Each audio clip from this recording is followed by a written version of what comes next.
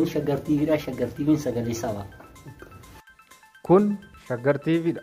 Shaggar TV sagalee sabaa. Kun Shaggar TVdha. Shaggar TV sagalee sabaa.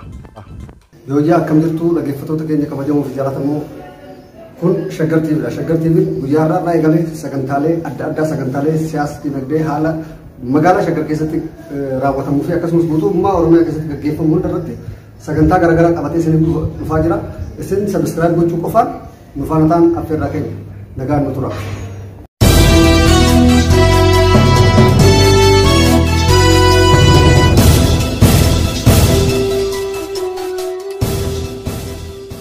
Akkam oltan dhaggeeffattootaaf daawwattoota keenya amma oduu isin dhageessisna oduu waliin Guddina Toolasaati. Magaalaa Shaggar beeksisuu fi mul'isuuf hojiiwwan hojjetamaa jiru. Magaalaa Shaggar magaalaa giddugala daldalaa kan industirii fi teekinooloojiin guutamtee magaalaa hundeeffamni ishii guddina waloof taatedha. Magaalaan Shaggar akka hundeeffama taatuuf geessutti tolchuun roga hundaan hojiin qabatamaan eegalamee jira. Hawaasni holola sobaatiin burjaaje'iin keessa akka hin gallee fi chaayinaalii sirriif miidiyaa hawaasaa dhugaa ta'een hordofuun akka qabaatu sosochiin haala adda addaatiin magaalaa Shaggar caalatti mul'isuuf taasifamaa jiru kun gama tokkoon hawaasni odeeffannoo sirrii magaalaa Shaggar irratti akka qabaatu fi gama birootiin hojii misoomaaf nageenyaa caalatti akka cimsuuf ta'u ibsi hoggansi magaalaa Shaggar miidiyaaf kennaa.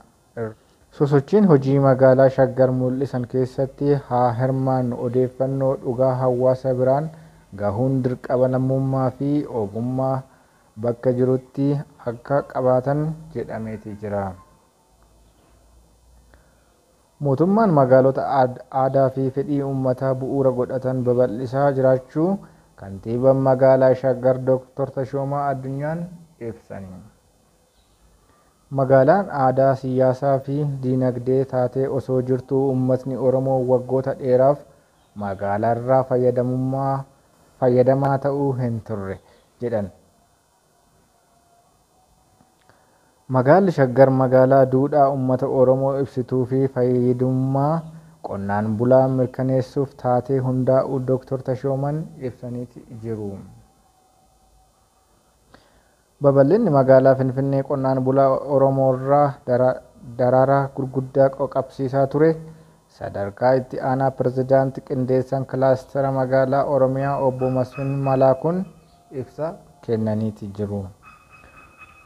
Hundeeffamni magaalaa Shaggar gaafilee yeroo dheeraa ture kan deebisu ta'uu kaasanii jiru. Shaggar magaalaa aadaa, seenaa fi duudhaa uummata Oromoo giddugaleessa godhatee magaalaa badhaatuu taasisuuf kaayyeeffamee hojiitti galmaa'uu obbo Masfin eeraniiti jiru. Bulchiinsi magaalaa Shaggar Finfinnee Guraandhala 17 bara 2015 mariin paanaalii saaqinsa hundeeffama magaalaa Shaggar irratti kabajamoo pirezidaantii mootummaa naannoo Oromiyaa obbo Shimallis Abdiisaa, hooggantoonni olaanoo fi kutaan magaalota akkasumas abbootiin gadaa fi keessummoonni garaa garaa affeerraa taasifameef bakka argaman hoteela Sharaatan Addisiitti gaggeeffamuu jira. Mariin paanaalii kana irratti barreeffamni qorannoo hundeeffama magaalaa Shaggar irratti xiyyeeffate dhiyaachuun kan irratti mari'atan yoo ta'u, magaalaan Shaggar Guraandhala 19 bara 2015 irratti kan hojii isaa jalqabu ta'uu addeeffame. Guraandhala 17 bara 2015 Shaggar.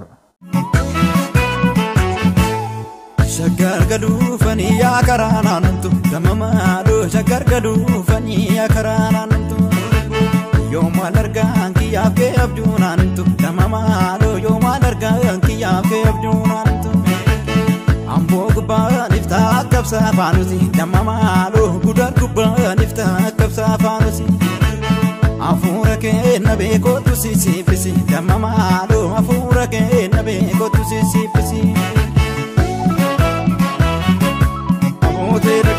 Abootee dagam jarrofumaa wallab abootee dagam jarrofumaa wallab salaalee ba'u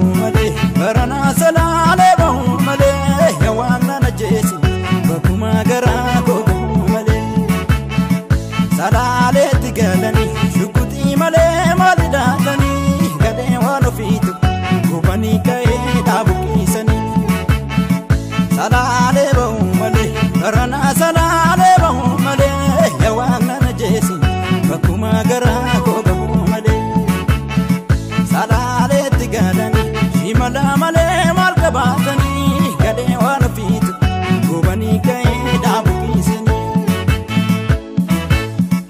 otu koololaatu siinaa fagaate jirta biyyarmaayaa waan ofiitu fagoonarraa hidhate maal waan ofiitu nageenya keenya dhibee yaada'ee yaa koololumtu tiyyaa onneen cinqamte dafii koololaatu shaggar gidduu tasba'ii kottume yaa waan ofiitu birbirsa goororratti otu koololaatu dallaa qabsii buburraaqlee dallaa yaa koololumtu kaa'ee abbaa keenyatti.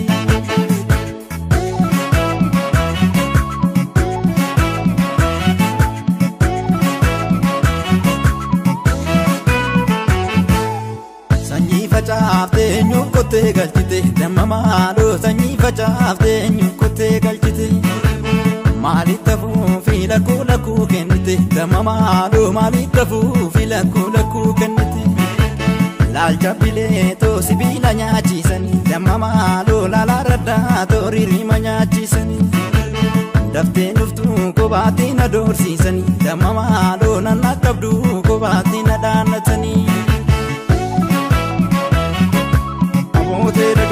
Abootee dagam jarrofumaa wallab abootee dagam jarrofumaa wallab salaalee ba'u malee baranaa salaalee ba'u malee yawaan nana jeesi bakuma garaa koo malee salaaleetti galanii shukutii malee maali daatanii gadee waan ofiitu gubanii ka'ee dhaabuqiisanii salaalee ba'u malee baranaa salaalee ba'u malee yawaan nana jeesi bakuma garaa koo malee salaaleetti galanii shimala malee maal qabaatanii gadee waan ofiitu gubanii ka'ee dhaabuqiisanii